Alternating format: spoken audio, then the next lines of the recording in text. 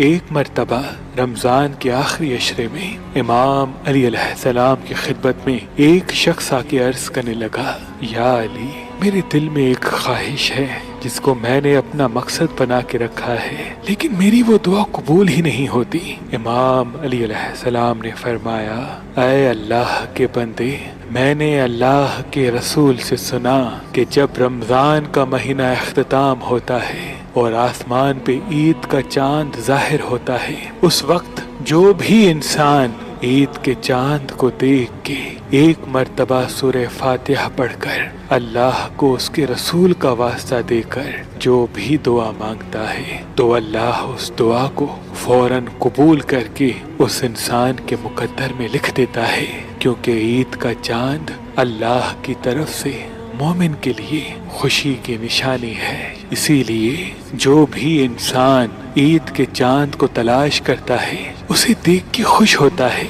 दुआ मांगता है, तो अल्लाह उस इंसान की दुआ को कभी रद्द नहीं करता। तो वो कहने लगा, या अली, अगर कोई इंसान तलाश करने के बाद भी ईद का चांद देख न पाए तो? इमाम अली अलैहिस्सलाम ने फरमाया, तो वो जब ईद के चांद जाहिर होने की खबर सुने, फौरन हाथों को उठा के एक मर्तबा सूरह फातिहा पढ़े और अल्लाह से अपनी दुआ मांग ले। इंशाअल्लाह वो अपनी सारी दुआओं को अल्लाह के दरबार में कबूल पाएगा।